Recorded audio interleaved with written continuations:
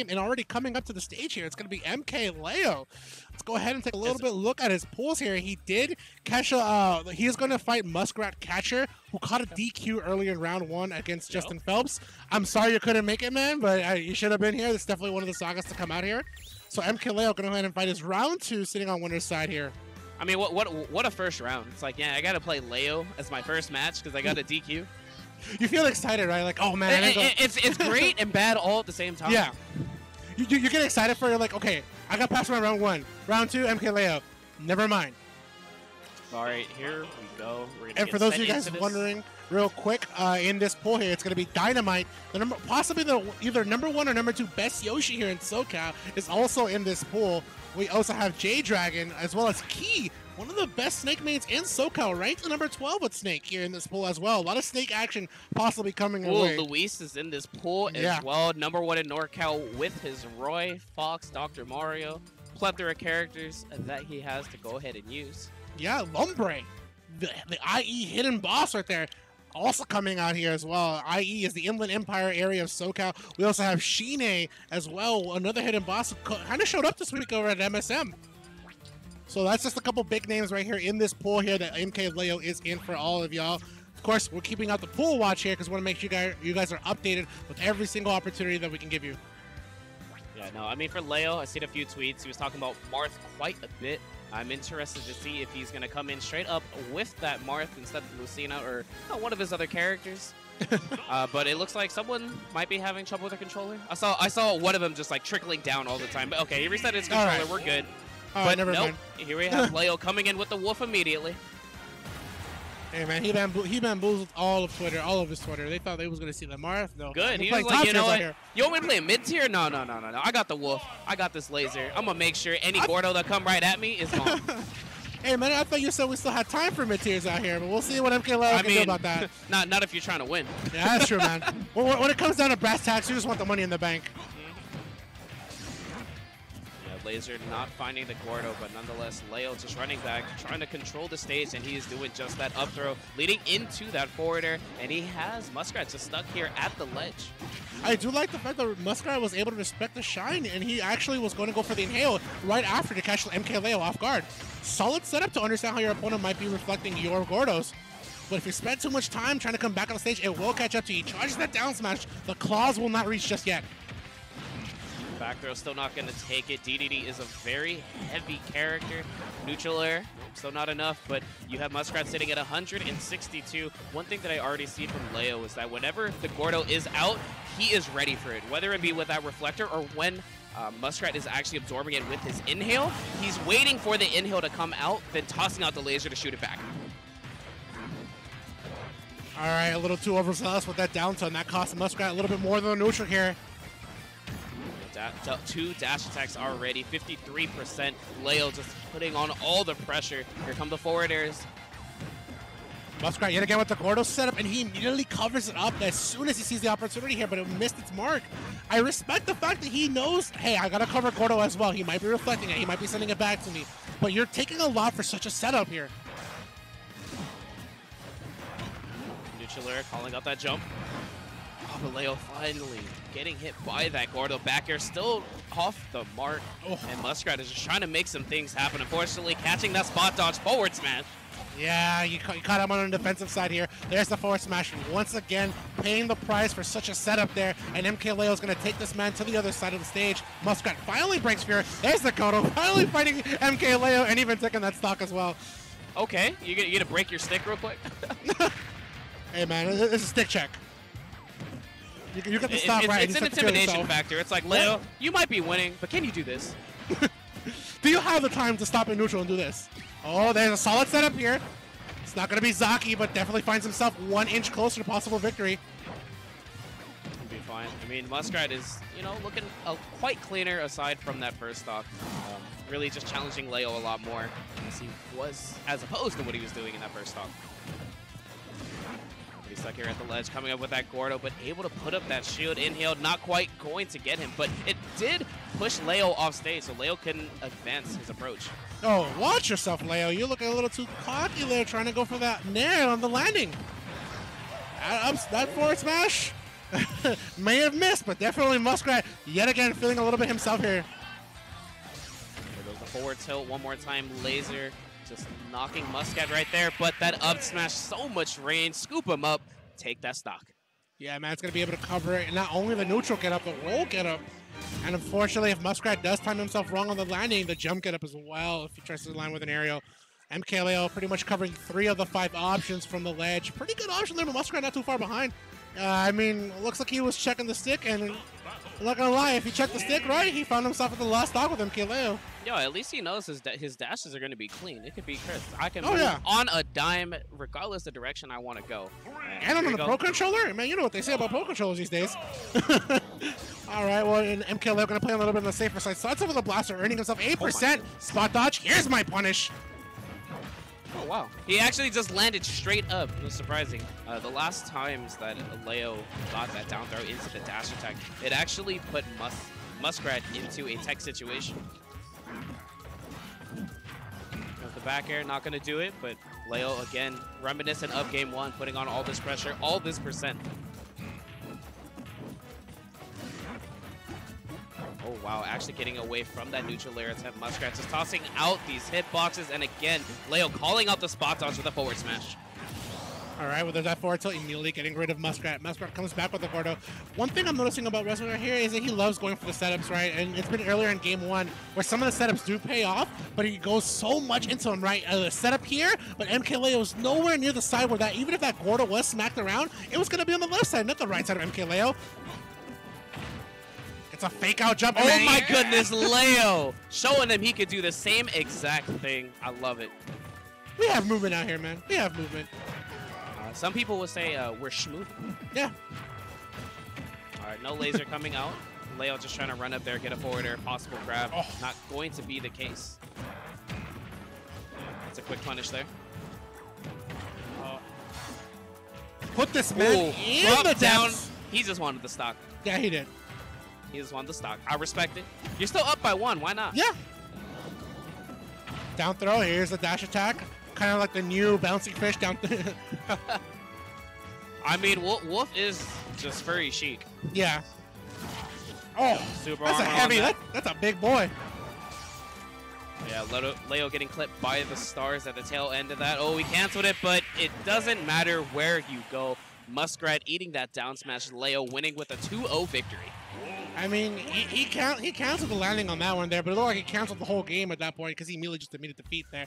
If Muskrat would have just chose to land on possibly one of the platforms or even just pick the ledge outright, it would have been fine, but the man got sauced, and it hurts a little bit. But you take every loss with a victory and see what you could have done better the next time around. Nope.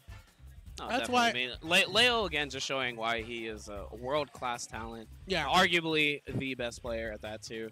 Yeah.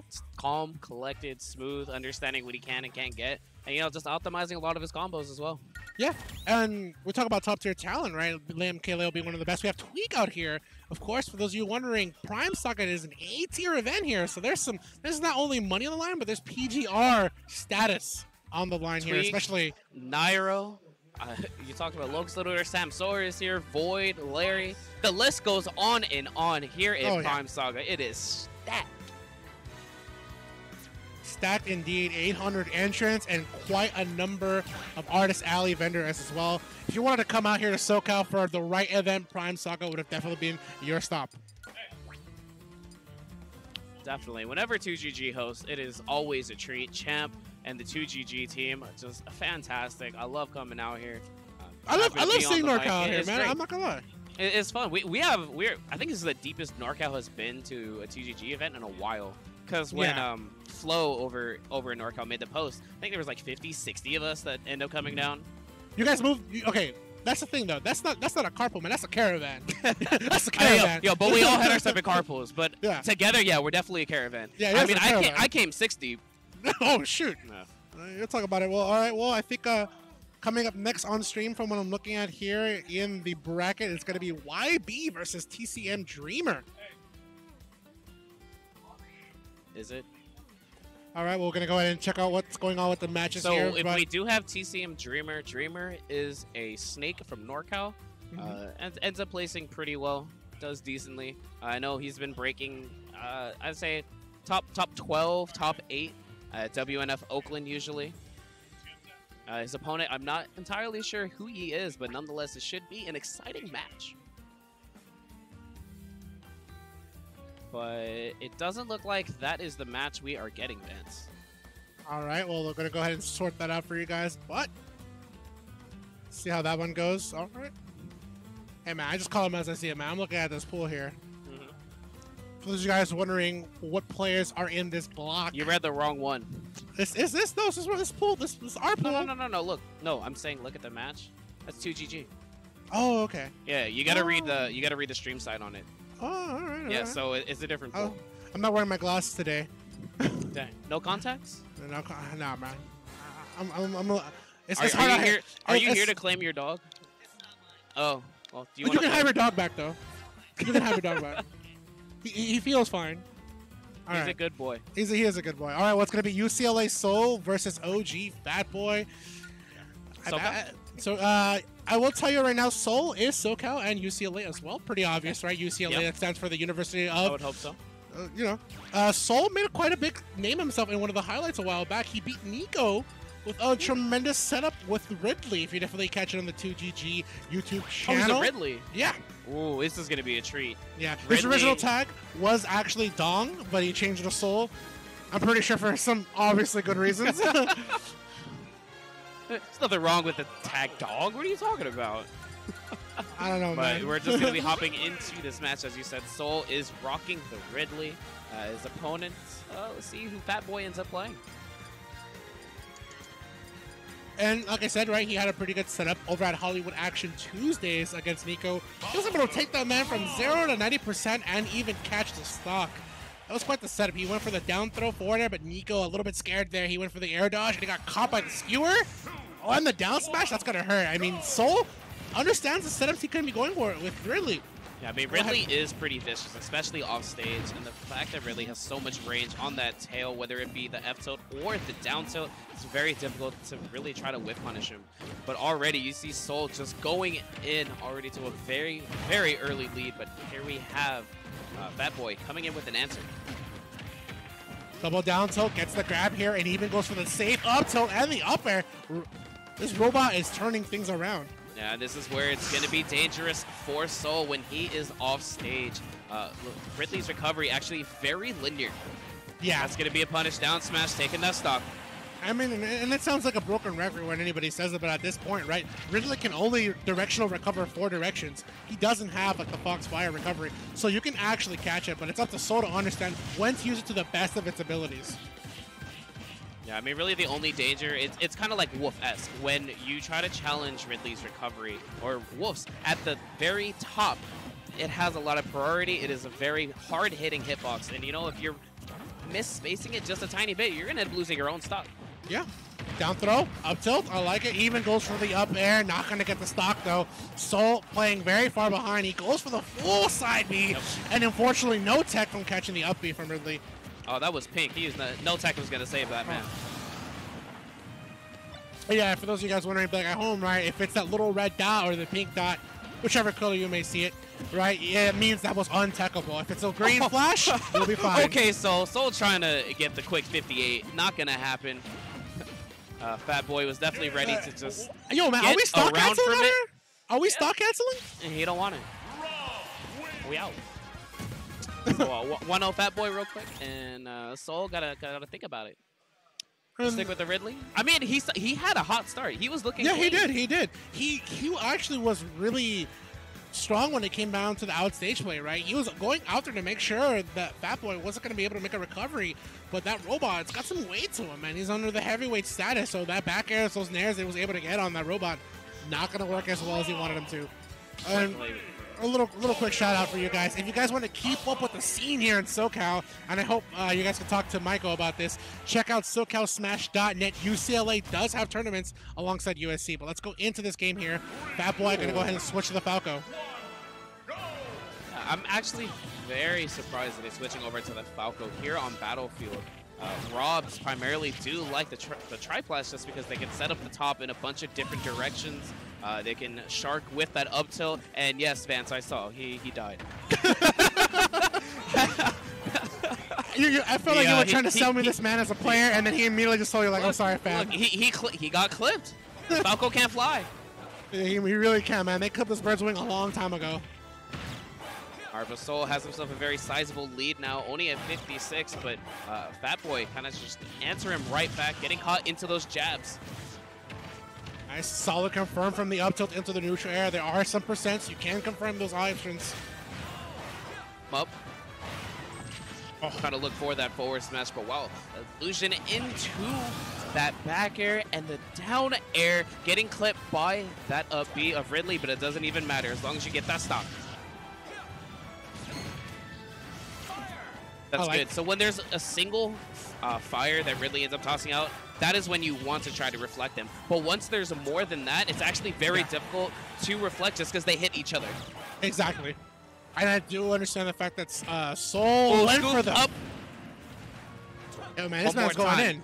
I'm snatching your soul. Boy, air dodge. No, you're good, you're good. Yeah. Fake him out. Grab the ledge here. I'm going for the down throw.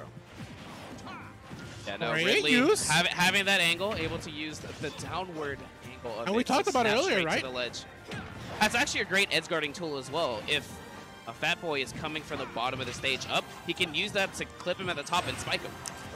I see the forward smash here coming out from Soul, but I would have respected the up smash. He finally gets it there, but that's only when Fatboy was shielding on the platform. Oh no, he wasn't ready!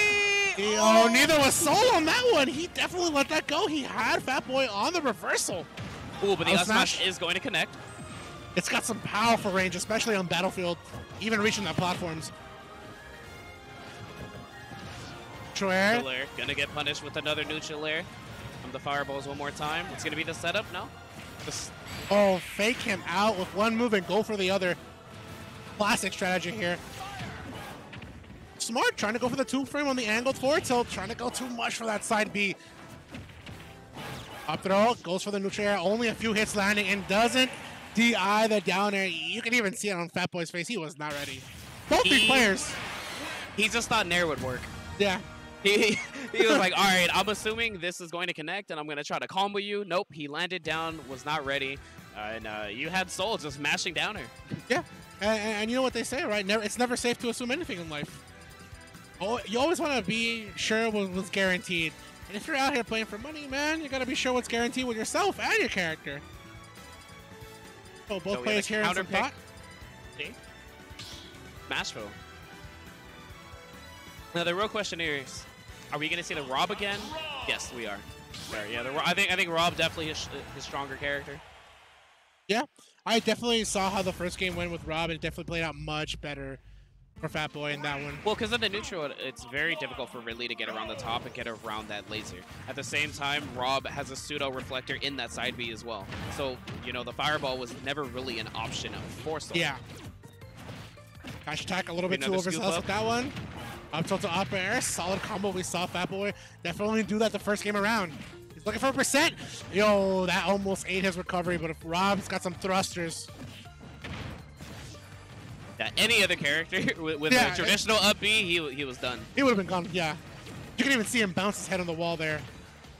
Going for the spot dodge too much. Yo, get this skewer, dog. I'm trying to feed you. We at the cookout, man.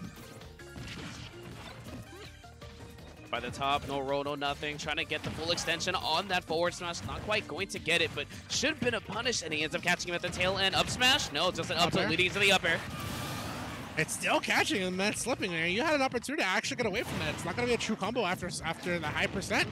Up smash would have definitely been a much better way to get him out, but Soul takes a breath of fire here, goes with that forward smash. All the hits confirming here. Charges the down smash, and it's gonna reach through.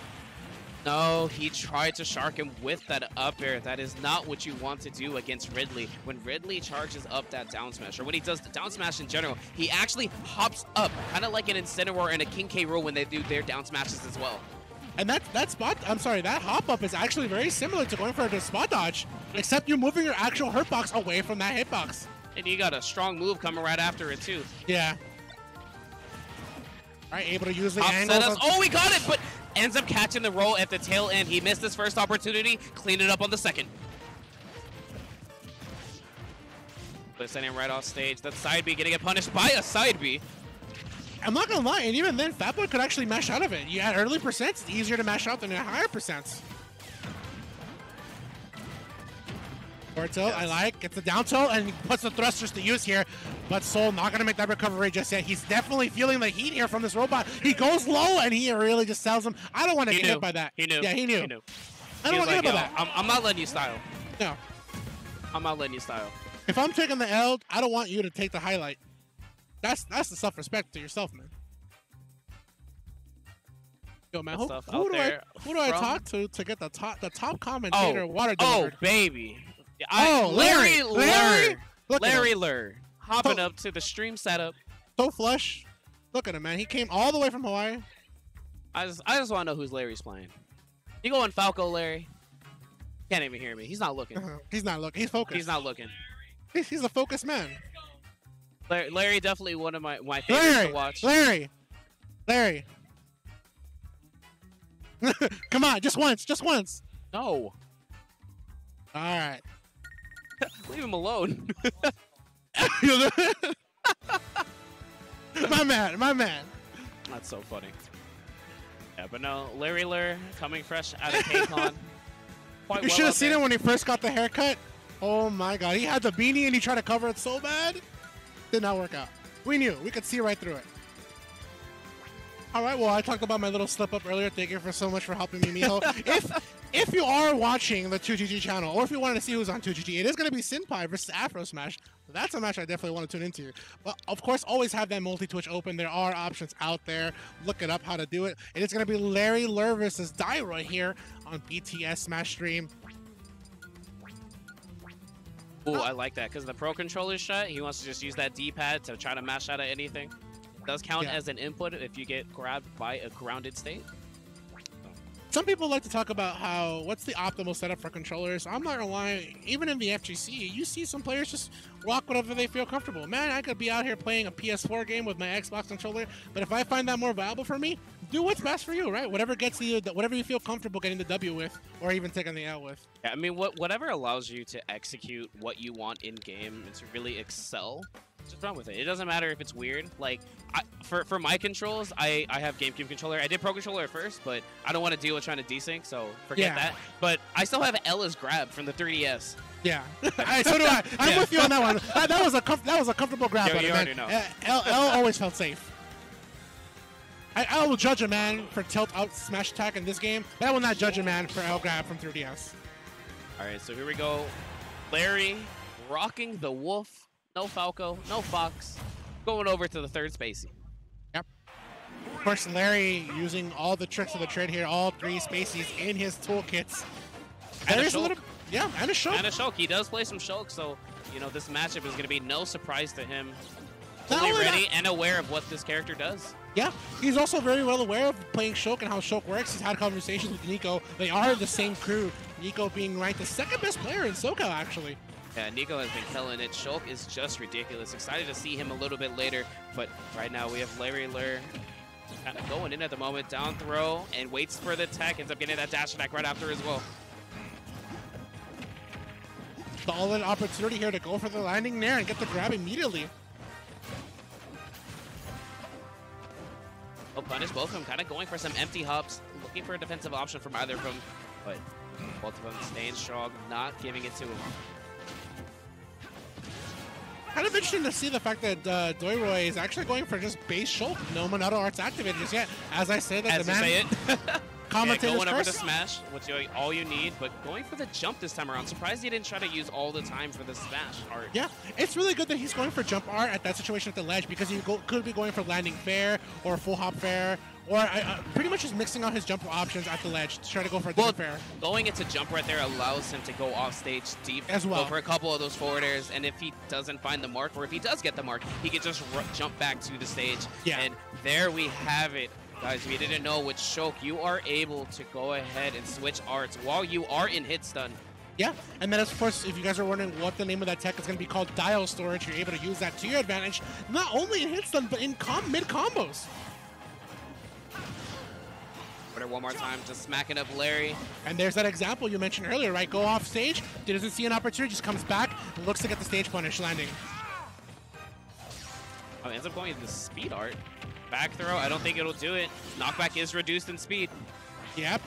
Oh no! He got into the smash art, getting clipped by that up B of Larry Lurr, and just losing that stock. That was actually fantastic recognition from Larry Lurr, expecting the shield art to come out when he went for that up throw, and just landed straight on the platform to try to punish. And he grabs the ledge. Yo, man, he definitely took that one. Oh, he was not ready. Trying to set himself up for the forward tilt with the spacing there, but immediately Doyroi poking out with that back air into the speed art. You mentioned earlier, right? Knockback is reduced, so is the jump height as well. You're able to go with different areas a little more, to say it differently, because your short hop distance is smaller. Doyroi getting it cooking right now, calling out a lot of these techs from Larry Lurr. That Nair trading, fortunately enough, he did not lose that stock. Larry looking for that up tilt, and he finally gets it. I like the fact that Larry's going for those options because he looks to see how Doyroi is going to land, and that's what he wants as well. Well, because Nair takes just a tiny bit to go ahead and come out. So once he saw it there, he immediately just went for that up tilt, knocked him out. Yeah. And like I mentioned earlier, right? He's really good at catching his landings right when he comes back on the stage, those kinds of options. He's able to just understand how he wants to frustrate Doyroi on landings as well. Alrighty, here we go into the next game. Of course, Larry's still rocking the wolf, and Doyroi sticking with the choke.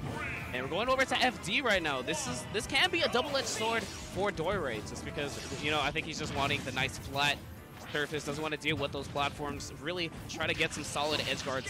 But Wolf can do the same exact thing to you now. He can control the neutral with that laser quite a bit if Larry opts to go ahead and go that route. And even when he is off stage, there's nowhere for him to go. Plus, Wolf can cover the landings quite well as well.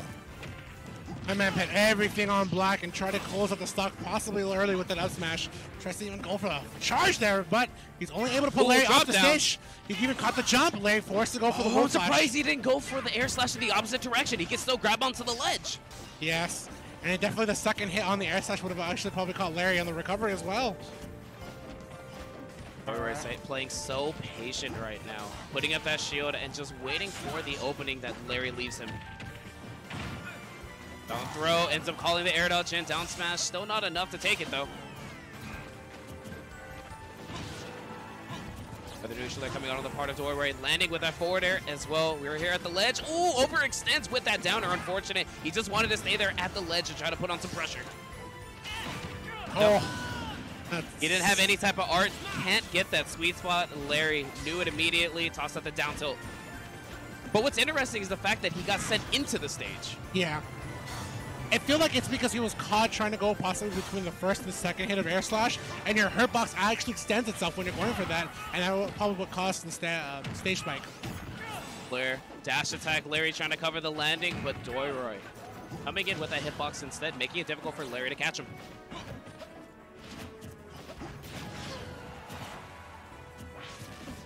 Ledge, we're gonna get anything? No, Doyroi still not switching over to the arts. I would actually love to see him switch over between jump, speed a little bit more. Maybe even the buster is just something that we don't really see in his gameplay. It tries to go for that one option a little bit too late, right? The reverse up B just to make the recovery, but unfortunately Larry's on the stage. And I do want to see the arts played out as well, right? Able to go into jump art, finally catching that opportunity. Here's a chance to get a ledge guard, but he only sees the roll get up. Good job from Doyroi, now messing that one up. Goes for the landing fair here.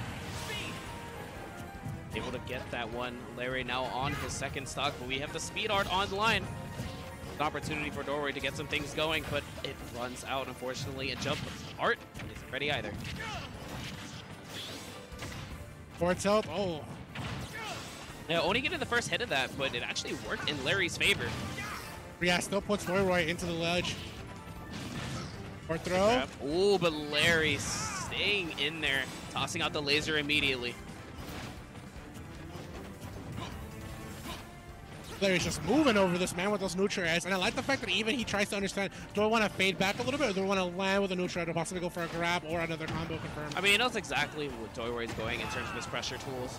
He's not, and he himself is not feeling too pressured at all, especially with the lack of the arts that are coming in at the moment. Now he's in shield, and Larry playing it very smartly, putting up that neutral air, trying to run around him, and just wait for it to run out. Good option, because usually some Shulks like to go for a jump fair immediately from the ledge, just to not only get the ledge and the stage itself, but try to get some momentum here. There for his troubles. Oh, he didn't do the second hit. Speaking of struggles, man, that was... Did not do the second hit. And I don't even think he burned his jump either. He just tried to go straight all air slash. And even then, like, if he would have gotten the second hit, right, he would have extended himself to the grab box of the ledge a little bit further. It's worth going for that one. There we have it. Larry Lurr moving on with a 2-0 victory as well. Wolf looking clean as ever. Of course, Larry will move on to fight Arma on the winner's quarter side of his side on the bracket, where Arma did fight Poison Health. He's a player from SoCal, uses Palutena, former ZSS main. He does use ZSS every now and then. So Arma also uses Roy, so we'll see how Larry will do against Arma, a fellow SoCal resident as well. Should be a fun one to watch. But guys, you know, if you're enjoying the stream, don't forget to go ahead and give BTS a follow. We would love it. Give us a follow if you enjoy the commentary. But more importantly, as Van...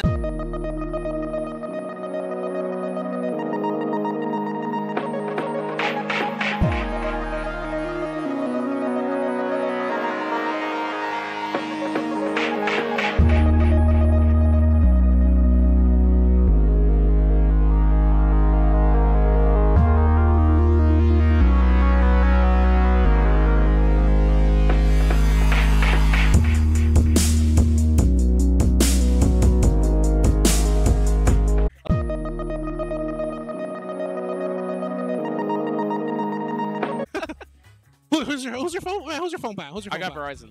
All right, that's a good one. That's a good one. Yeah, I got unlimited. I'm chilling. But I'm on this stream. I don't need to watch. Yeah, that's true. Right? Why would I need to watch yourself twice? Anyways.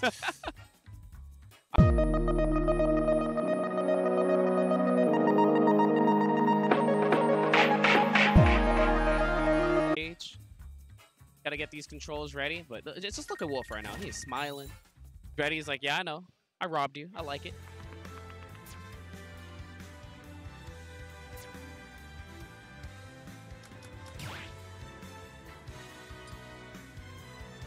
Oh, okay. I thought something was happening. We're just getting the tag names in order, get this set up, and I see you on the Twitter. What you looking up, man? I'm looking at the script right now. Yeah, man. Don't tell them I'm looking at the script. No. It's okay. They don't see. They don't see. Because we're making the edits though. Yeah. People ask me like, hey, do you get the script in paper? No, man. Champ's a legend, man. He gives you the email. Why do we need paper format? It's a Google Doc. Yeah, it's a Google Doc. Why? Much easier. He wants to update it that way. It always looks like it's true. He's like, I wrote that. We all got access. We can make it happen.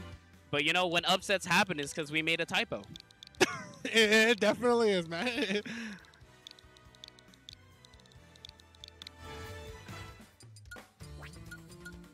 All right, well, if you guys are wondering... My man changed nothing. I was going to say, he changed like 2 things. Ow. If you guys are looking at the bracket from Juice, right, he had, of course, he was seated a little bit higher here. He was seated into round 2 where he fought Toru, and out here making into where he's at now. Knife, but Fame 1 and Cade, and then now he's out here fighting Juice. Look at how that bracket played out. Of course, in this bracket is the same players, such talent as Shine, Lumbre, Louis Money from NorCal, #1 in NorCal as well. Key, number 12 in SoCal, and of course Dynamite and MkLeo are in this pool alongside Juice. Here we go. We have a link going ESS. Down to going in the opposite direction. Not quite going to land it, but rehab with punishing, and both of them just going for the down tilts, just waiting for some type of hitbox to come out and catching him afterwards. As with that neutral, tries to go from the down tilt. If you do hit the strong or the soft spot of neutral, you can confirm into down tilts and to even up B at certain percents with Blink. All right, Juice keeping up the pressure with all of these up airs, trying to keep Knife in the air, but extending a little bit too much, but give the pressure regardless.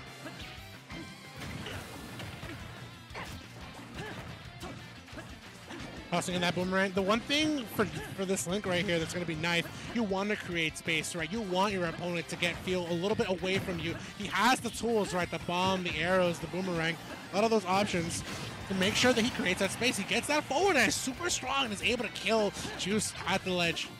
Tossing down that bomb, and it's such a fantastic tool. You're able to go ahead and get a lot of those Z-drops and whatnot. Ooh, just jumping straight over that Zael, trying to land that up tilt as well, but unfortunately not going to be the case. Getting some extra damage for the boomerang as well.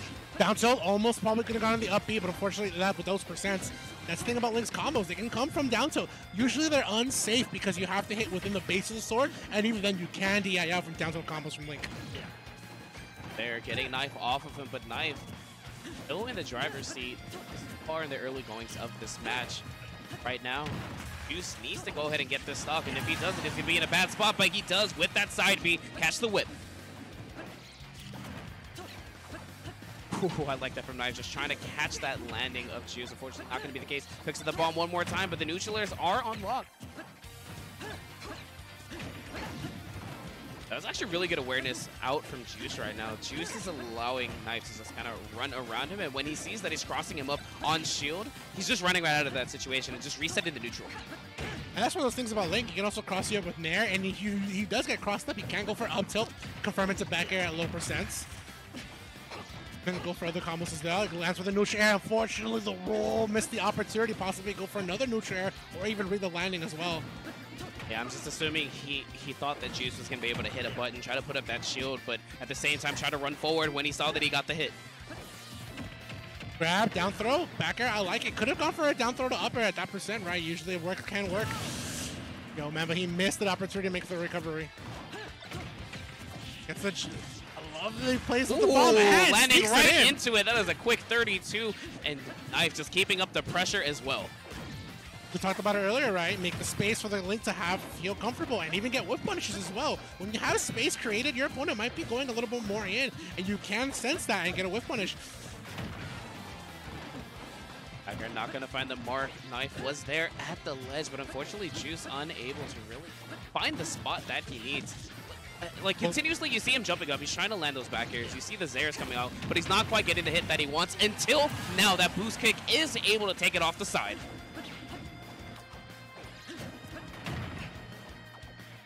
All right, Knife, so far, I like it. Goes in here for the grab, though. Only gets the pummel, no throws. There.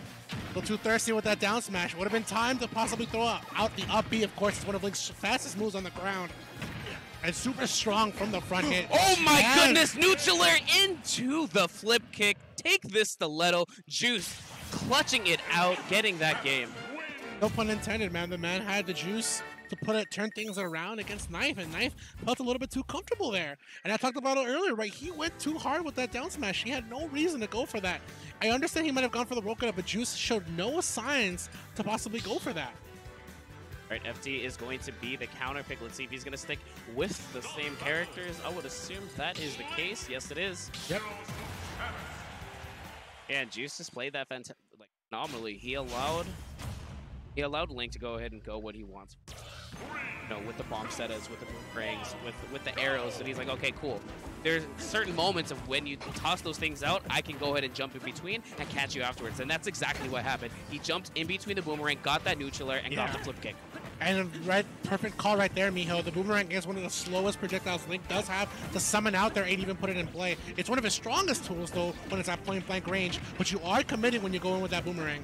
Well, even after it's out of his hands, you have quite a bit of lag in the tail end there. So if you call it out while it's coming, you get a big punish as Juice. No. Right, Knife looking to play the slow game. Yeah, he's continuing where you left off. Like, Knife did exactly this in game 1. He got a lot of percent. He was doing well, but then, you know, he just struggles really sealing up those stocks, unlike Juice. Oh, no, Knife. He went a little bit too low. He actually misinputted the boomerang trying to go for the up B. It can be a problem with some Link mains when they're starting out. But Knife definitely understands what his game plan should be as Link. Create the space here, lands with the neutral air, tries to call out the flip kick with the upper, but Knife not going to use that only when he's at that point of the ledge. Gets the back air here and puts Knife on the other side, but he's able to land here. Sorry, Juice.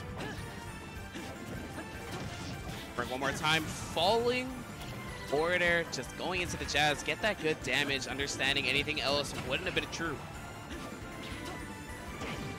I love this from Juice, just going in between a lot of these projectiles with punishing him, whether he's going for that neutral or just some type of defensive option while he's landing. Crosses Boomerang here, checks for the landing with the neutral air, but Juice able to slip through a flip kick.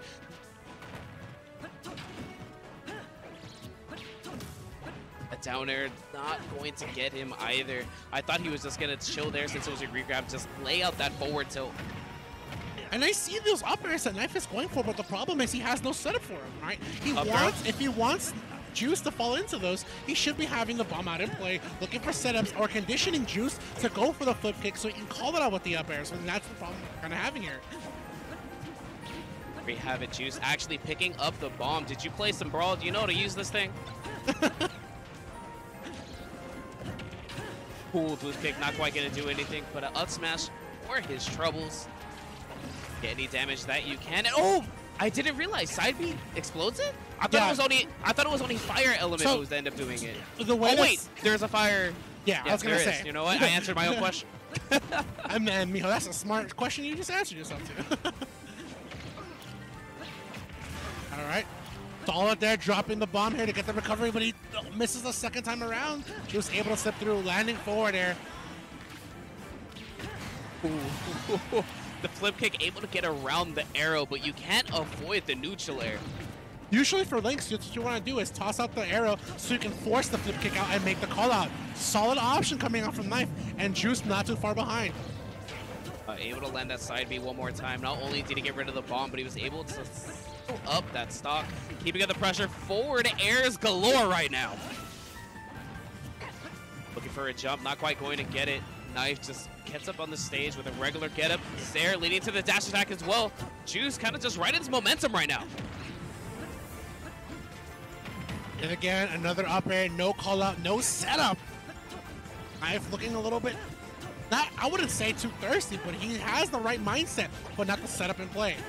We saw it come out a little bit earlier here, but hopefully he can keep his mind, okay, what's my setup for this option? Roll get up, he tries to go for the up B. That's one of his strongest, fastest moves. Frame 7, but unfortunately... Ooh, he ends up catching the air dodge. This should be it. Oh, he didn't try to challenge him, but that was a great move by Knife to hold down. You actually have to be quite careful when you are going against a Link that is holding down on their up B. The second to last hitbox has an enormous hitbox to just scoop you in. The back hit also will scoop you forward, especially when you're that far. So like, there's the bomb explosion. He Z-dropped it, so you're able to come back. You have to be careful with the timing on that one. That's the only way you can Z-drop it, come back. Yep, and DIing in the direction to where he just lands on the stage, aside from anything else. Try to pick it up, but immediately Knifes is hitting the down B to make sure it explodes. Back air, I like it. Sees the fact that Juice is right behind him and goes for an option. Tries to read the tech here. Tech chase on that one, but misses the mark. Back air is just barely not catching Knife, but now you have Juice. He needs to be careful. ZSS, one of the lighter characters in this game, with all the rage that Knife has, one strong hit will go ahead and take away his stock. You can see every single time he sees that Juice is going high, he has the up air ready, and the last hit of the side B, I felt like he could have DI'd that a little bit better just to make the recovery. I don't think he was ready for it. Well, he was already dashing back. Yeah. He thought he was going to be able to whiff on the shield, run back, and reset himself. Unfortunately, that was not the case. He ends up getting caught, losing that stock with Juice. You know, moving on. Great stuff to go ahead and clutch it out. It was looking a little dicey there at the very end. You know, trying to fish a little bit too hard to try to make it happen. But, hey, all reliable with the side B, able to come in, clutch it out. Yeah. Of course, it's one of ZSS's old reliables coming out from Brawl. That's kind of what I liked what they did with ZSS this game, right? They kind of took a little bit of a Brawl toolkit and her Smash 4 toolkit, kind of just merged them into one. Mesh them together, yeah. No items in play, of course. That would have been broken. But, I mean, meshing them together, it definitely works out better to her neutral and her playstyle now. And, of course... No, as long as she's playing against a Mega Man, a Link, and you can take that projectile from him, it's basically Brawl again. Yeah. And then, for those of you guys wondering, Juice did beat out Knife here, so he will go on to fight Shine, one of the hidden bosses in SoCal. Is he SoCal? I mean, not SoCal. Lucas. Does he play Lucas still? So Shine is known for a solo Lucas main for sure, but he's actually a master of counter picks. He's really good at counter picking characters. If he does have any character that's considered a main, it would be Lucas. And of course, for those of you guys wondering where my NorCal friend Louis Money is at, he's out there fighting Fatboy. If he is able to beat him, he will go ahead and fight himself Lumbre next. a nest from the Inland Empire region of SoCal. Okay, but coming up stream right now, we have Terra Shock Gaming's Jumps, Senkao Yoshi, if I am not mistaken. Plus, we have none other than Elegant coming to the stage as well. So Elegant, of course, known for his BG, and they are getting off of the setup, and I don't know what's happening. So for coming up next, it should be Afro Smash. All right, never mind. Megafox. See, they sat down. They sat down. Yeah. I was ready. I love Elegant. I was excited. Yo, man, I was too. I was like, hold up. He actually was able to get PR'd. He had kind of a shaky start last season, where it was a little bit different for him. He had a strong start with Luigi. People caught up to the character's meta. They understood him a little bit better. Hey, Luigi has been nerfed. He feels more mid-tier than high-tier now. Elegant kind of sat back with himself, right? Resetting his mindset, and was still able to get PR'd in SoCal as well. So good stuff to him either way. Of course, Megafox did beat out Linden and Rice out here. They are in quarters finals. It's going to be Megafox versus Afro Smash. Afro Smash, if you have been multi-twitching, he was on the 2GG stream, and he did beat out Senpai 2-0 to make it out here in quarterfinals. Okay. See how this goes. We have Megafox, then Afro. Yeah. Afro is Samus, if I am not mistaken, and then Megafox. I'm assuming Fox. Yeah. I hope. Yeah, right? The name says it's in your tag. It's in your tag. But you know, a lot of times people that end up having a character's name in their tag, they end up naming something completely different. Yeah. And for those of you guys wondering what pool this is a 2 o'clock pool. This is pool 2. Consists of players such as Esam, Ike Tyson, one of the actual Ike mains here in SoCal. Bit of a legend in his own right. We have Megafox, as we just mentioned earlier. Afro Smash, we saw Leo a little bit earlier as well. Yeah. Stroder also in this pool 2, the 2 o'clock pool. Elegant. He actually was going to fight Jumps, but it's going to be on the 2GG stream. And that's the other characters. Looking at the loser side, we have X-Yosher, kind of an infamous player here in SoCal. We have Senpai in the loser side as well. So far, I'm looking at Mega being a little bit upsetted. He's kind of a player from the UCI region here in SoCal. Well, another upset is, Megafox took out Rice, and Rice is actually a fantastic player from SoCal. I mean, from NorCal. Doesn't really go to too many events, but, you know, he's one of our hidden bosses out there in the losers bracket now. See how he does. I know we talked about Luis a little bit earlier. Be interested to see how he does in the winners bracket. I don't think he's going to be on stream, but, hey, nonetheless, NorCal showing up deep, SoCal showing up deep, of course. It's in your hometown. But everyone showing up here to GG Prime Saga, having a lot of fun. It's a blast. Yeah, it's a defense of the West Coast, man. How much can the West Coast defend themselves? Not only against Samus, Zero Suits, Dark Samus mains, if they're out there, I haven't seen any, and Ridley mains, but also East Coast Invasion. We have players such as Wadi coming out here, of course, known for his Rob. He's out here in this wave of pools. Oh, we got representation from, like, every region out here Japan, today. We got YB. Vaughn, unfortunately losing to YB, out there sending losers, you guys are wondering. We also have Larry. We also mentioned how he's beating Arma. We'll see how things go out there in that side of pools. Of course, we are setting up for our next players to be shown. Miho, how you doing, man? I'm doing good. You know, I got in around 2 in the morning yesterday after the drive down. For whatever reason, SoCal, their construction going on at 12:30 at night. Straight up 3 lanes got closed down. I was sad. I was hungry, tired, and I fell asleep at 3. It was terrible, but I'm good. I'm energized. Had a Red Bull. I just need some food after this. But Vance, how are you? I'm good. I'm great. I'm in the same boat as you. I mean, I'm not gonna lie, traffic here in SoCal is infamous.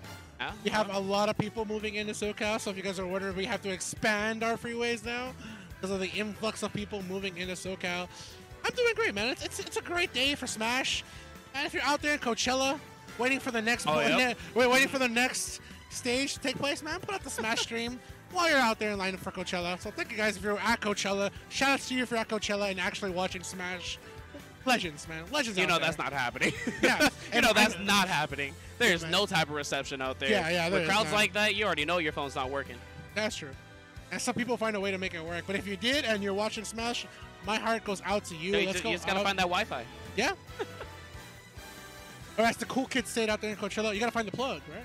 So anyways, let's go out into Oh, Megafox versus Afro Smash. That's something else. I try to keep it PG, man. Try to keep it PG. Anyways, Afro Smash, man, a bit of a legend in the Twitterverse. Finally making an IRL appearance. A lot of people have been wondering, what does Afro Smash look like? Ladies and gentlemen, Afro Smash out here in the flesh. And not only does he make it out here in the flesh, he's been making out here in pools. Out here to make sure he also represents the character as well in winner's side of quarters. Of course, if he does manage to beat up Megafox, he does have to worry about who ESAM might be fighting against. Yeah, between so that's ESAM and MkLeo. Ooh, actually, ESAM's gonna have a very interesting road just because. Yeah. Oh, he's gonna have to play Twerk Master, the Game & Watch. Yep. Twerk Master just beat Ike Tyson as we were talking. So either Afro Smash will be fighting ESAM, Twerk Master, Megafox, Afro Smash could be fighting themselves here in winner's semis of the bracket. Winner of that is gonna be moving top 128. Dang. Yep. That's just how you know there's so many people here, even in pools, such top-class talents, high-level players coming in, battling it out just to stay on the winner's side. Yep. And of course, top 128 will take place tomorrow, day 2 of Prime Saga. But if you want to keep up with Prime Saga, of course, you already know the plug, smash.gg/Prime Saga to keep up with the bracket as it goes live. It is live now. Each pool are taking at different time places. This is the 2 o'clock pools. There are 4 o'clock pools, and so on and so forth. We going all the way up to 8 o'clock. Yeah, man. We have late nights out here. But, of course, as I said, we have late nights. We have a great artist out. We have a Kai Riot out here. For those of you guys wondering, if you're in the area and want to show up, we have a Kai Riot here with Spiff alongside, just to name a few of those players. Let's go into the match. Afro Smash versus Megafox. Afro immediately trying to go for that up B out of shield, but Megafox just, running away from it. But here we have Fox putting on all this pressure, all this percent. All you need is a couple of dash attacks and a couple of nairs to make some things happen. Look at the ledge down tilt, trying to go ahead and creep under, poke a shield possibly. But Afro Smash just has been unable to get a word into this conversation so far. Struggling out here, but that's one of the things about Fox, right? He's a zone breaker. He's able to immediately break in any zoning you're going for, and immediately Megafox knows if I give him the time of day here, and this is right now, if I give him the zoning, he's gonna get comfortable, and I don't want to have that. Parry, and he tries to go for an option, but that up air landing here is a multi-hit. Yeah, I think Megafox was expecting a neutral there instead of that falling up air. I'm with you on that one, man. I wish Zero would play Sonic Fox, but all I got was a yeet. Anyways, let's go into it. It's not happening. Yeah, man, it's not happening. The biggest lie ever told on Twitter, but let's go into it. What's possibly the truth here is Afro is starting to make a slow comeback. They're not quite going to find the mark, but that up smash calling and catching the back air attempt from Afro Smash. Crossing the shield, getting the grab, and you're in a world of hurt now. All these up airs, all these neutral airs. Afro sitting at 59 now, actually. Oh, tries to check the shield there with the jab to the forward smash, but not getting anything out of that one. Afro Smash immediately looking for space here, and Megafox knows, okay, let him have some time here for comfort. I'll wait for the opportunity to come in, but there's the forward air from Afro. Finally getting the stock, 82% to his name here. Retreats to the ledge. We saw how quick play that out at the ledge. Honestly, this matchup just looks like such a challenge for Samus to really get anything going. Afro hasn't been able to set up any type of missiles, any morph balls, or anything of the sort just like that. Megafox immediately just on him, coming in with these neutral airs, these back airs, stealing up stocks, and just interrupting anything he wants. Dash attack? Ooh, no. I thought we were going to see a Fox one, but no, Afro able to get one himself. Okay. Shield grab, actually able to get that dash attack. It's very tricky to go ahead and try to punish dash attacks just because they're a fast character. A lot of them end up crossing up on shield. Exactly. And you have to be wary once you get crossed, because most players have the tendency to either be going for a parry or let go of shield. And once you go for those options and your opponent has crossed you up, you will take damage and you'll be opened up. I mean, a lot of times when that situation happens, when your opponent's behind you, you might want to go for a neutral or some type of aerial, but depending on what character you are, you can't do that, and you just have to reset the neutral instead. In the meantime, Afro Smash still trying to find an answer to get back onto this stage. Megafox keeping it up, getting that up air, almost stealing it out. Oh my goodness, trying to find that up smash, but gonna eat a forward smash himself. Down tilt, setting him up into the air, and up air into that forwarder. Beautiful stuff from Afro right now, trying to look for a down air as well. There's the back air. This is all he needed. Oh. It was really all he needed, and Megafox understood that, went for the shine, tries to play it safe especially. Afro Smash looking to slowly come back. He sets up the missile, and I like it because he wants Megafox to hold shield or commit to a shine, but he'll only commit to the back air, and the next game that's going to be in his favor. Yeah, able to cast the jump there at the very end, but I love the adaptation from Afro Smash there on his very last stock. And you know what, able to really understand exactly what Megafox is going for and how to punish a lot of the options that he was doing. It's because Megafox in the early going is just steamrolling him. Exactly, and we talked about it earlier, right? Fox is able to zone break. Not only that, the burst options he has in terms of damage, tremendous. And he's able to go ahead and put that to good use. Let's go into the next game. Afro up 1-0. Sorry, Megafox up 1-0. But I know the chat is interested to see if Afro Smash can take a victory here. Let's see what goes down here in Town and City. All right, Zael leading into that grab. My man's put up shield immediately. And basically even percents after that jab combo. Another one for your troubles, and that's something that you always got to be expecting when you're going against Fox. They get a neutral, they're probably jabbing right after. Maybe an up tilt. You never know.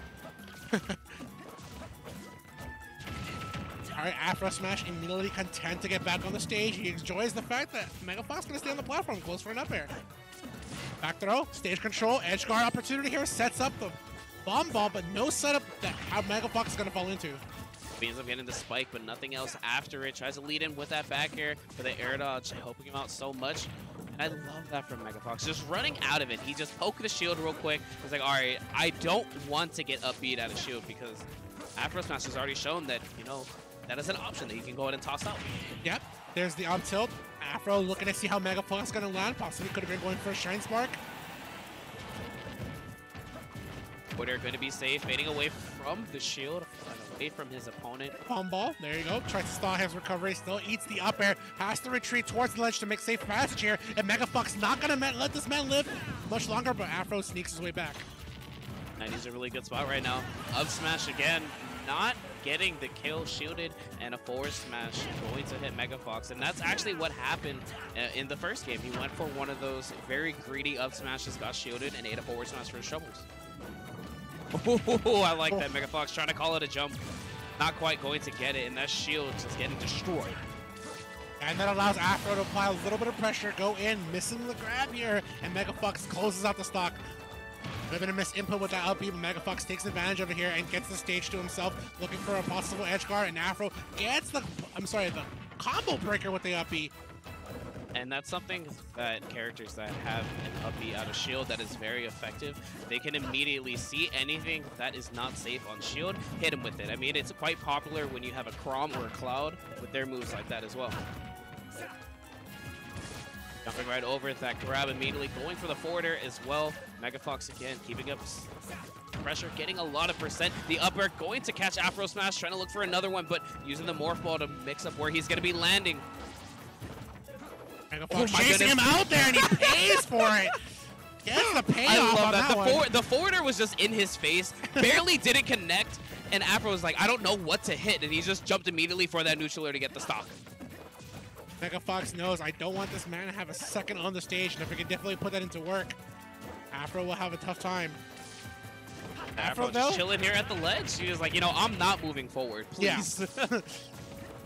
All right, he's able to roll back on the stage, trying to fight for center stage here. Oh, cross-up coming up from Megafox. Afro just looking for the spacing. There's the point blank charge shot there. Doesn't buy him much, but the neutral air here, and finally even stocks, but the percents are in Megafox's favor here. Puts him at the ledge here. Up tilt to up air. It's just not quite catching him this time around. Fox again, keeping the neutral airs, wants him to just stay on this ledge, and it's so hard to get off of it when you're going against the Fox. And you can even see that Megafox kind of understands the space he should be, just in case Samus might be coming up from a Zael from the ledge, because he knows what that possibility might be holding for Afro Smash. Down tilt into that up air, and exactly to your point, Megafox just understands the range in which Samus can or can't be at, and really what allows Fox to exploit that. All right, Megafox checking himself here, doesn't want to come out too That's short. actually There's the short shot, dangerous! and he got full face into that one, but he still survives with great DI. And the up smash from the punishment from the forward smash against Afro. That's gonna be with a 20 and a sad handshake. Returning to base. Yeah, just barely off the mark there. Very unfortunate for Afro Smash, but hey, Megafox just running through this bracket, looking so clean. Yep. Megafox doing a tremendous amount of work just to keep up with Afro. Afro, a little bit too close calls, right? But we talked about it earlier. Megafox knows that spacing, the zoning, the comfort that Afro Smash wants to have, and he takes it away. And it comes with understanding of the character, right? We see understanding of how the character can work with players like Quick, but we also see understanding of how the characters are with Megafox. I mean, honestly, examples. like going against the Fox as Samus, it's quite difficult. A Yeah. lot of your aerials and a lot of your moves are a lot slower than Fox's, so you really need to have that space away. You need to have those setups. But additionally, not even just because Fox has the better frame data, he has the shine available. So your charge shot, if it comes out, I'm gonna get it away from me. And once you're in that air, you are not landing. I have up air. I have up tilt. I have dash attack. And hell, we've even seen down tilts come out to lead into the up air as well.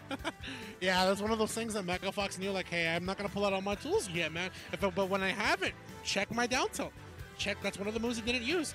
All right, well, let's go ahead and talk about the bracket here. We see that Megafox did beat out Afro Smash, changing a little bit of how things are played here.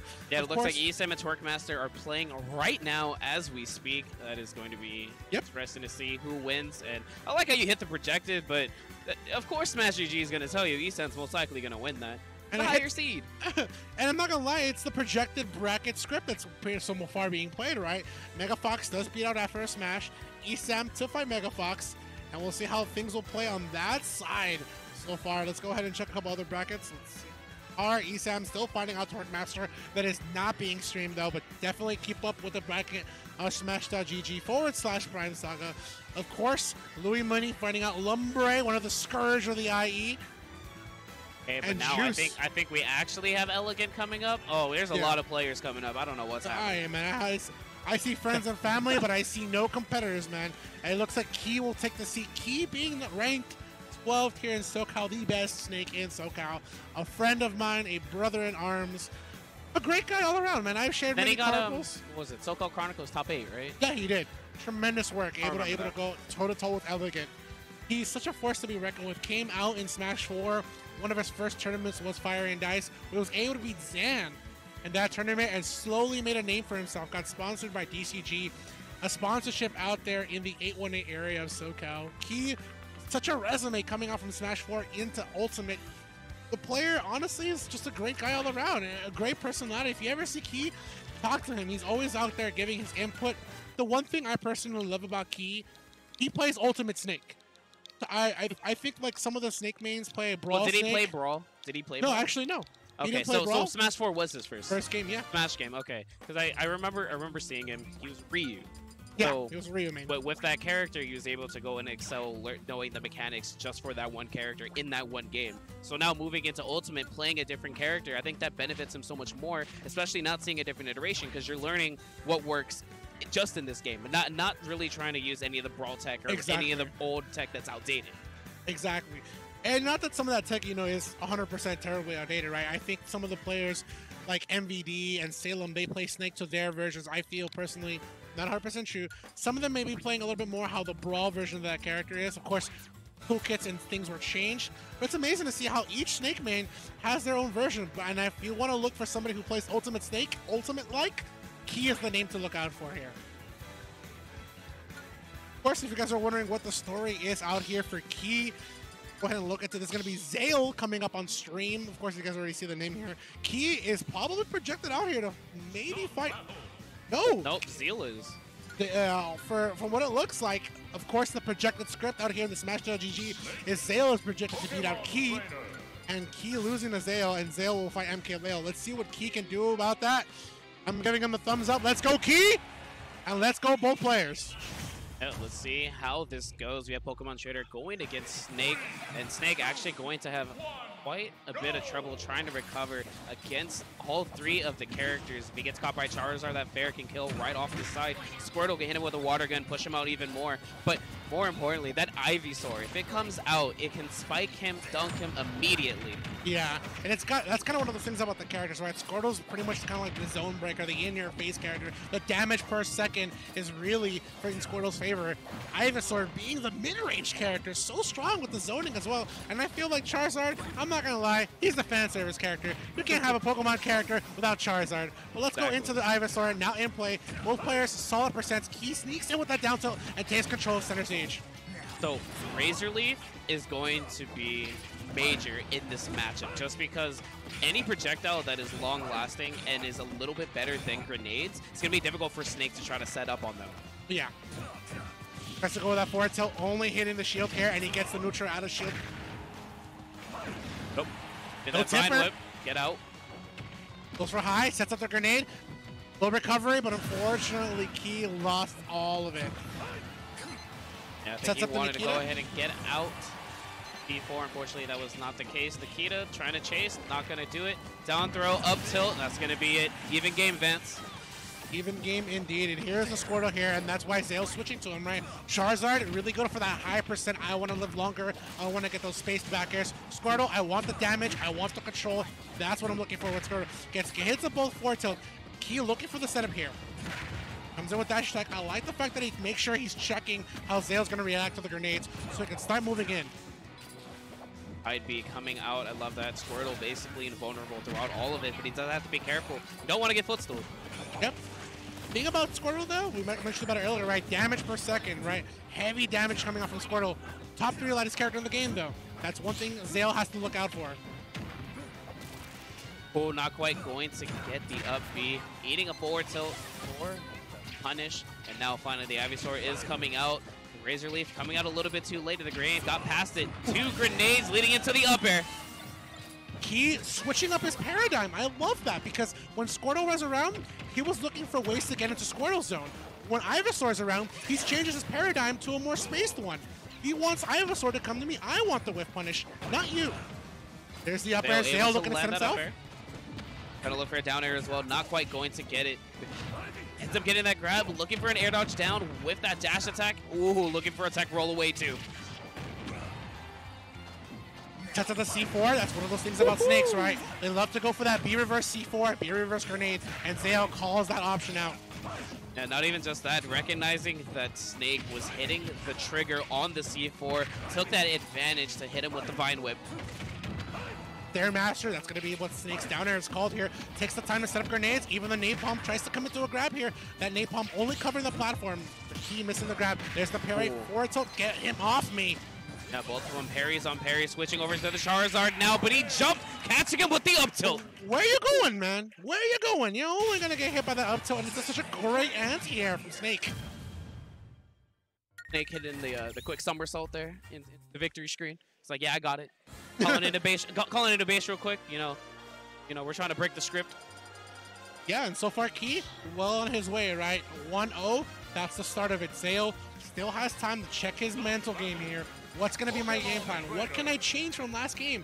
And I felt that he has to understand how Key's paradigm is working to how he plays Pokemon Trainer. Both players See a little how bit this of thought. goes. I mean, honestly, for Zael, I would just love to see Ivysaur a little bit more. I mean, he stuck with the Squirtle, I think, a little bit too long at a couple of those stocks because he wants to go ahead and have that quick zone breaker to get in there. But again, Ivysaur having access to that Razor Leaf, if he's able to combat a lot of those grenades and a lot of that type of pressure, he can get in there, he can get the percent. And as we saw, the Vine Whip having so much power behind it, get early stocks right behind it too. Yeah. And you said it, Miho, right? That's going to be one of those tools that Ivysaur wants to have as a Razor Leaf here. Get the percent with Squirtle, get the mid-range with Ivysaur, and if you have to, stick to the long game with Charizard. How things will go here. The up tilt coming in, just anti-airing the Squirtle. I love it. He ends up using the side B on accident. That is so unfortunate. But Vance, let's see if it ends up hurting him too much. That did happen in the first game, and he was able to stay composed and get past it. Key's one of those players that, execution-wise, he's always on point. That comes back to his Smash 4 roots. And even his roots as playing other FGC games as well. How Key can keep his mind composed. It's the mental game here for Key. It all starts off with one hit, but how far can I carry it? Oh, the up tilt actually sending the opposite direction. Call him out? Not the right read there. I'm surprised that he went for the dash attack in the opposite direction, just because he already forced that air Yeah. dodge. I feel like it might have been a misinput for him to try to go for a possible B reverse, maybe to read how it's going to go down. Down tilt, not quite going to get hit. Parrying that forward air, I like it. Checks to see how Snake's going to land here. You wanted that forward air. You wanted it spaced properly to get the perfect tipper. Back. Pulls the C4. Checks to see where Zael's going to land, and Zael checks to see where Key's going to go. And I think that's exactly where Ivysaur excels in this matchup. When Snake is in disadvantage, Pokemon Trainer has access to just really just go up in there, hit him with that Vine Whip, and it also takes you out of range of, you know, Snake dropping a grenade or even dropping that C4 on you. Sets up time for the Nikita here, and I like the fact that he goes to return to sender here, but he missed the opportunity, only getting hit by the dash attack from Ivysaur. Solid patience from Zael because he wanted to see how it was going to be at the platform. Key moving up 1 to 2 stocks here, 36% to the name, and Squirtle taking damage as he tries to go for a combo. Tossing down the grenade, putting on some great shield pressure is Zael, and he just jumps right back up there. Wow, using the side B to mess with the momentum, and you had Key readying up that forward air attempt. Down throw, there's the whip. No tipper on that one. Key still able to survive. Oh, there's the up air. Catch this pollen. Man, that's a spirit bomb up air. That hitbox, graceful. that hitbox has all the buffs that Charizard would have gotten. We just need the sun out, and it's all good. Come on, don't talk to me about PM Ivysaur, man. Oh, that character. Oh boy. All right, here we go. Zael able to even up that one apiece now. Let's see what counter pick is going to be. I'm assuming he's going to stick with the Snake. Honestly, it wasn't too bad. You know, aside from him having that SD, I mean, it kind of still went down to the wire to an extent. All right, well, so far, Key has one more chance to rewrite the script here. Zael puts it down that the script might be in his favor. Let's see how things will go. We're starting out on PS2. Looks like Key did not let that technical flub get to him, but Zael took advantage of it for sure. Things would have played differently. Key did not lose at that stock early, and Zael starts off with an impressive combo, bringing Key to 36% and not giving him time to set up any grenades. He has a C4 in play, but only able to hold Zael for so long. He ran up in there with that side B. So difficult to try to punish if it hits you on shield. But Key able to get an answer now. Got that down throw, but unfortunately couldn't get the confirm after it. Try to roll past that forward smash, but it's so hard to do. Ivysaur getting that cock back and covering so much space with the forward smash. Forward throw, wants the control here, sets up all the grenades, and even has Ivysaur on the platform. Gets in, here's the actually not grab. connecting. Well, no tech chase after the grab. Okay, I'm not even gonna lie. Zael is brave. That is twice in a row that he has just done a regular get-up after that down throw and Razor Leaf into that up air, exploding on him one more time. Yeah, at this point, Zael is kind of... Sorry, I mean, at this point, Zael is kind of just waiting for Key to hit that first button. He knows that down tilt or something is going to come out into neutral and then just try to go for those whip punishes, either it be on the shield or just in general. Nice, and the fact that Key tries to angle it towards the stage so he can get the explosion hitbox, because that's going to be one of the things that's able to catch Charizard after the up B. Switching into Squirtle, looking for the percent here. Zael does a great job here of attacking on the percent against Key. Already feels the percent, and he has to get him. One more time, the up airs are online. Zael, you know, that's 3 stocks in a row now that up air has just taken.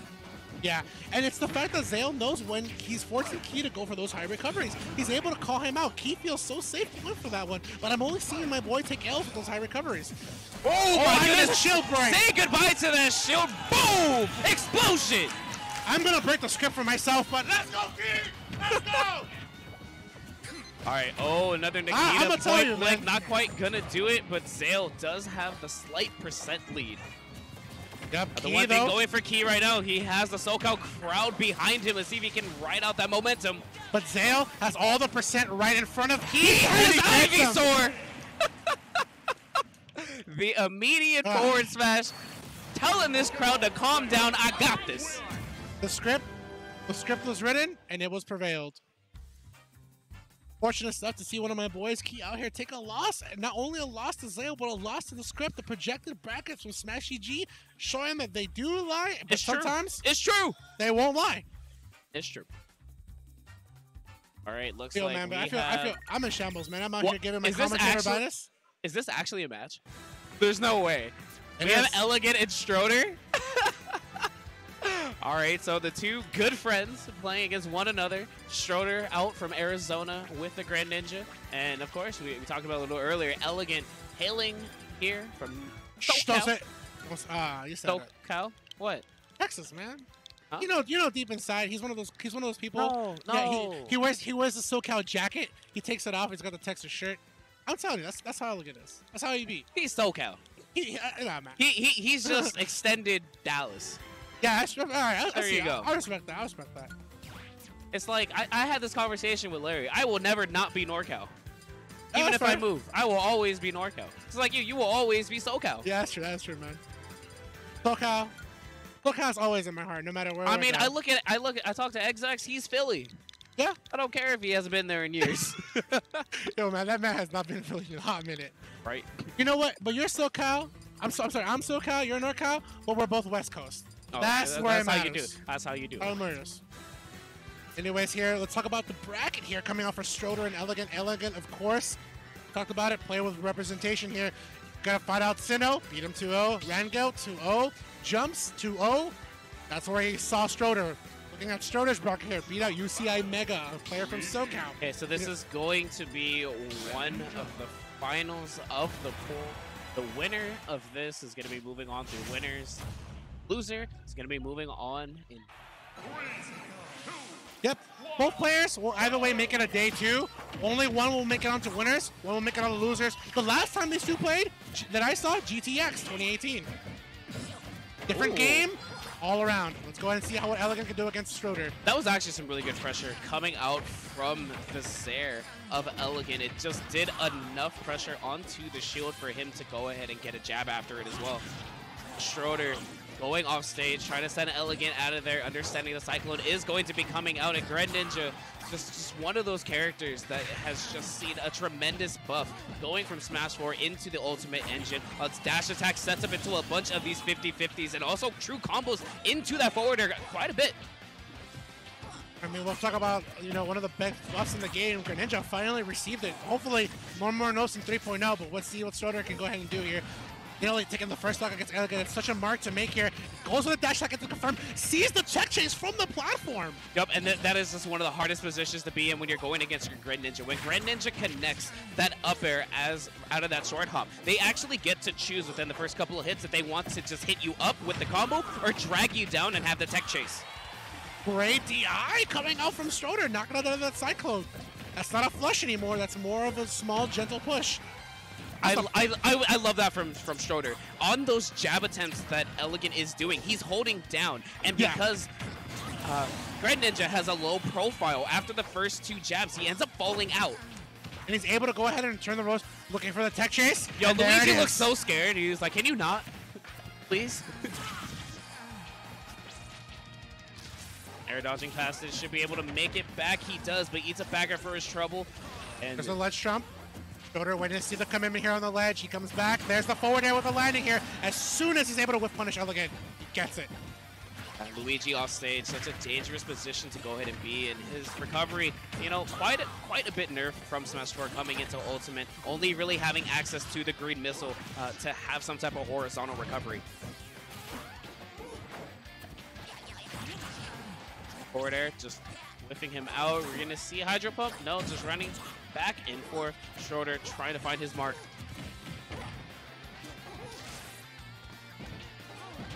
Fireballs galore, trying to make sure Stroder has to respect him on this ledge. Ends up getting the grab, a down throw leading into the Cyclone. That's gonna be it. It's able to kill right there because of the blast zone. He's able to take him a little bit higher than he was on the other side. There's the forward air. And talk about sending players to the blast zone. I don't know if he got poked or if he dropped it, but nonetheless, Stroder gets that forward air, gets that stock, and getting that game. Yeah. And Stroder starts off great with game 1 against his fellow brother in here in ARMS. I mean, but you know what they say, right? Out of the game, you and I are best friends. In the game, we are enemies. Oh, no, in the game, you catch in these hands. Yeah, bro. I don't care. If I got to play my mama on stream, I'm 3-stalking her. That's cool, bro. Hey, man, hey, you know what, though? Mama raised you right. She knows someone's got to take the W for the family, I was going to say, right? she'd be disappointed if I didn't. Yeah, I was going to say, yeah. She's like, oh, mijo, I'm pretty sure I raised you better. Hopefully, Elegant raises himself better from that loss here, and he starts off solidly with 42%. I mean, really the biggest thing from Elegant is that he's trying to space out quite a bit with that plunger. With the zael, I mean, so far it's done a decent job, especially trying to put some pressure onto the shield. Aside from that, getting a couple of confirms right at him. He ends up hitting it point blank. But where he's really struggling is actually sealing up these stocks. Stroder and Greninja just so slippery, so hard to really just catch.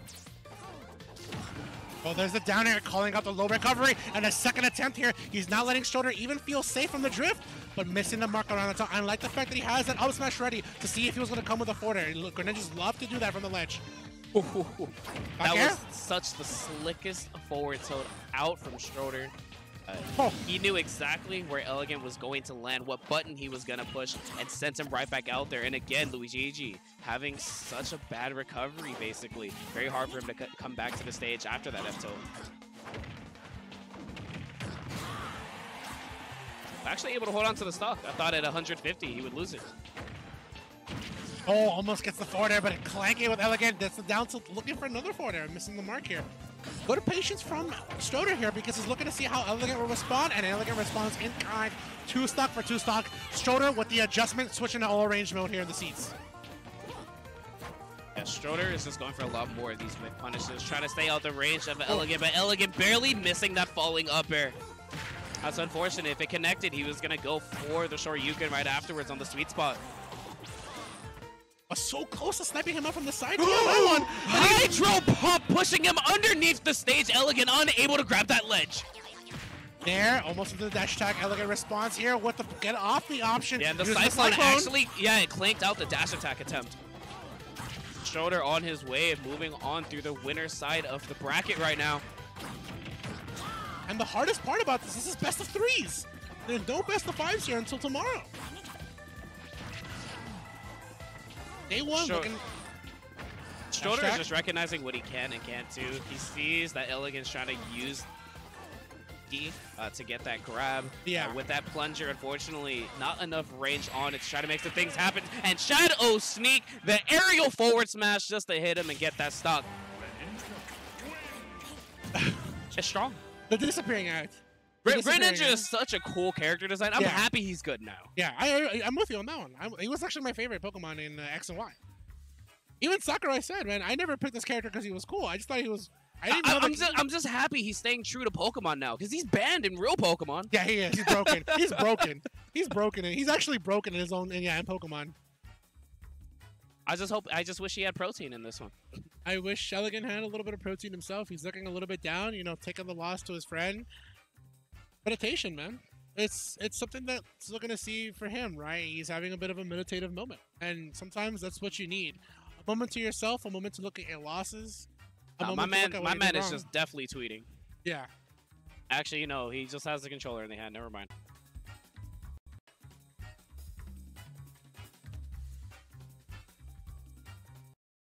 Take devastating losses like this. Sometimes you just need to sit and reflect. Yeah. And he shows, and it's more about the calming yourself down, right? Understanding what you could have done better, what you did right, what you did wrong. Some players look at their victories and they never look at why they got the victory. And sometimes failure is the greatest teacher of them all, right? Anyways, wise words there. Let's go ahead and look more into the bracket. Stroder makes it to winner's side. Day 2 here. Elegant. Yeah, Stroder Elegant just wrapped up. And of course, Elegant is going at it too. He makes it out to day 2, unfortunately on the loser side. So Rice ended up taking out Twerkmaster. Yeah. Yeah, so he's making it out to the loser side tomorrow. We got some winners out here on our pool wave here. Rice, Morcal, day 2 of their loser side. Still something to behold, actually, how do we do? Because I know we were commentating other matches in his pool, but he ended up. Oh, Lumbre took him out. Okay. There's a rule here we have. Oh, and actually, that is going to be our next match. We have Lumbre against Juice. Yeah, of course. For those of you guys wondering, I mentioned it earlier. Lumbre from the Inland Empire. He has been showing up to MSM's quite a lot and causing some trouble. Ness. Okay. Ness, yeah. And of course, the story about the IE, man, is you never sleep on the IE and you respect the great 1-8. Okay. Oh, man, this man totally forgot his bag at the wrong time. There's nothing in that bag, luckily. Yeah, thank God. That was just an empty bag. But I mean, it's fortunate. I do the same thing. Whenever I have a bag, I literally just carry my controller. Yeah. And of course, if you guys are wondering what's going on, the next stream is ESAM versus player, ? I will tell you. That's why you multi-twitch. After that next match, it is going to be MkLeo versus zael from this pools. Coming up next, it is going to be Juice and Lumbre next on the stream. That's Yeah, gonna be this Juice. Juice. Yeah, Juice. Yeah, so he was the ZSS that we saw a little bit earlier. Him in action yet again, now playing in the winners finals of his pool. Yeah, and excuse me, chat, if I get the information wrong. I do believe Juice is from the area which House of 3000 and all those tournaments take place from. That's going to be the Tri-State? East Coast, yeah, Tri-State, East Coast Tri-State. area. Yeah. Actually, the man is right here. I feel like I should just ask him. Oh, I mean, if he hears you.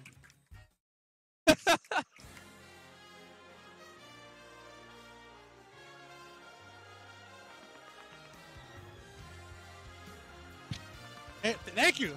See, that's the legend right there. Number 1 in Philly, Juice. Ladies and gentlemen, out here in the winner's side. Oh, of the that's bracket. over WX in them, if I'm Yeah. not mistaken. Oh, Exactly. Juice showing out. Gotta talk to Like him, it. man. Checking out his controls, making sure they're set up. You always gotta double check it. Because it is actually the worst when you pick a tag and someone just completely changed everything. It hurts. Yeah, we are just waiting for his opponent right now. As you said earlier, it's going to be Lumbre. But I don't know where Lumbre is. Are they looking for him? No, they were looking for him. Oh, so he's just not here. Yeah. My man wants to get DQ'd. Champ is on a schedule. You do not slow down, Champ. Hey, this is how we do 2-day sagas, man. People be asking, like, hey, man, how do you guys make 2-day sagas happen? Correction, sagas are 4 days, and Champ always with the DQ hammer. To check the California rule set, you do have a 5-minute grace period to get to your pool. If you're not here within 5 minutes, yo, man, you get that young DQ. That's all you're getting. Thank you, come again. It's just not good when it's happening in winners finals. Yeah. Don't let it happen to you. Don't get that Dairy Queen. Especially if you lactose. Yeah. They were wearing jerseys earlier. I didn't even notice, man. Oh, yeah. You guys are wondering what we're talking about. If you missed the news, Captain Zach and K9S Bruce are sponsored by the same team. Polar Ace. Polar Ace Esports. Congratulations to Captain Zach by getting sponsored. And still, congratulations to my man K9S Bruce. S. Bruce! Okay, yeah. S. Bruce, also just one of my favorite players to watch. He plays with such emotion. Plays with such like viciousness behind him a lot of times when he's going at it. I feel like he's a character with a lot of heart in the game and out of the game. He's such a great guy.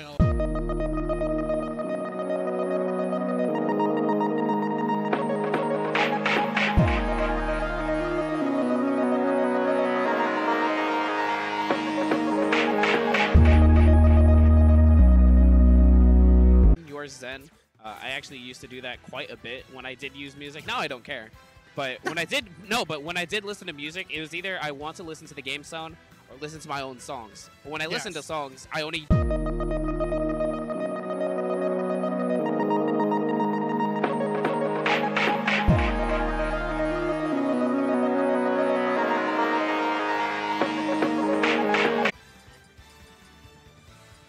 Usually you'll catch me listening to music from Final Fantasy, but hey, that's a story for another time. Anyways, it's going to be Lumbre from the Inland Empire area of SoCal versus Juice, number 1 in Philly, coming it out here. Of course, we had such a great time, happy time, flying out a lot of players who are ZSS mains, Ridley mains, Samus mains. Enough about the introductions, let's go right into the match.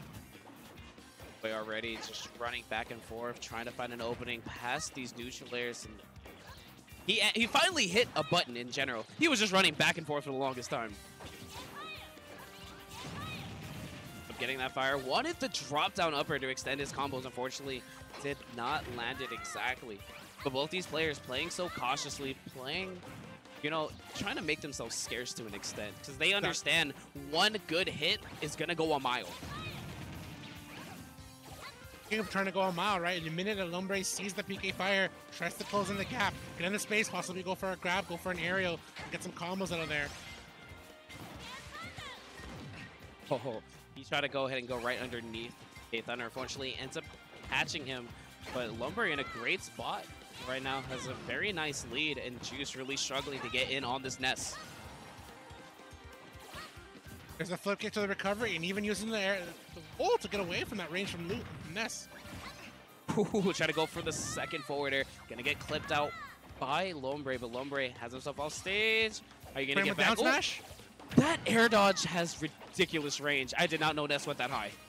Hey man, it was ridiculous range in Smash 4, and it's still ridiculous here in Ultimate. Nice.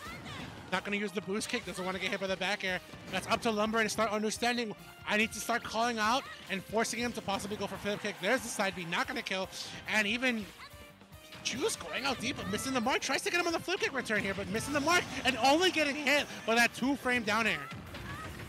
Yeah, Juice tried to go for the most there a little earlier. Had to have that regrab. Ends up getting dunked, but answers immediately with that boost kick.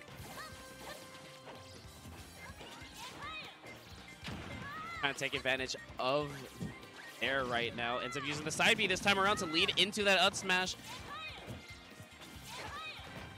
I really like this playstyle from Lumbre. Like, he's playing so patiently, allowing Juice to come to him, and when he does get that hit, he just tries to optimize as much as he can. Hashtag trying to go for upper, but immediately Lumbre shuts that one down, and Juice back with the momentum. Here's the flip kick answer, and he's able to call it out on that 2-frame. Grab. Oh, no. He's going to go for a couple of jabs leading to that neutral and a forwarder for his troubles. A quick 34 now, and Juice is kind of just feeling it. DSS, a momentum-based character. Once she gets it going, it is hard to stop her. Exactly, and so far Juice has a lot of momentum, but Lumbre not too far behind. Doesn't clip him with a direct hit from that down air, but that down smash, little trick. Yeah, ends up getting a couple hits on the charge up as well. They're still not going to connect as he wants, but jabs setting him right back off stage. A back air, gonna get another one. Yes, but not quite hitting him. And Ness not getting the correct angle. Lumbre is very difficult to go ahead and get that angle to recover, just because the PK Thunder was actually already off screen. And with Pokemon Stadium 2 having a low blast zone, you have to be careful, because the PK Thunder could actually just go out. Exactly, and if you're doing that one, you have to make sure you check the arrow. Of course, for Ness, that's one of those things that Ness and Lucas did receive as visual buffs, right? You can see the arrow where it's going to send you, and if the arrow's not appearing, that means you got that Thunder, I'm sorry, the PK Thunder a little bit too far out. Going to the next game, Juice takes game 1 over Lumbre, the IE's definite hidden boss here coming out. Of course, I do believe this player is ranked in the Inland Empire area, but enough of that. It's kind of a bigger scale for Lumbre to fight a player number 1 in Philly. We got number 1 in Philly is just showing why he is ranked this high, showing out with the ZSS, doing it for all the Metroid franchise at Prime Saga, La Miranda, Holiday Inn. You already know. Check the Got base, to a man. very early lead. Oh, the back air barely off the mark. Have Lumbre just answering right back immediately with a couple of his forwarders, and the Zael kind of clipping him and getting rid of the PK Fire attempt as well. The back air pushing out Lumbre a little bit off. I like how he's using the PSI magnet to cancel. Oh, try to go for the Zael one more time, just send him right off stage. Open the mark, but it's still great the fact that he's threatening him out there with a down smash. If he gets that paralyzer, you can't get it leading to another confirm and kill the stock. Yeah, first hit of the side B just enough, sending him right back off stage. Right here, looking at Juice, he is still going with kind of that smash 4 timing on the down smash, just because, you know, Got him. Got him. Worth. No, so what I was saying is, for the down smash attempts that he's going for, he's waiting for Ness to hit himself, and when that happens, that's when he's letting go to the down smash. But in Smash 4, that would work perfectly. In this one, down smash a little bit slower to come out this time around. Yeah. Not only that, it's also how Ness may be recovering. He's looking to possibly grab him on the hurt box so he can get the paralyzer. Oh my! Oh! Went for the full read there, and you got no payment. And catching the air dodge, yet another flip kick, coming in and getting that spike. Billy out here cleaning up the Inland Empire. Lumbre has still some work to do and gets the PK Fire. Looking to possibly get a confirm, but he misses the mark on that one. there. I like how he sets up the up smash. Look at how he's gonna see how he's gonna cover on the platform. Deuce was not ready for that forward smash, ends up getting caught and almost losing that stock. The DI was not the greatest, but here he is trying to find his opening yet again, but Lumbre not trying to go out without a fight.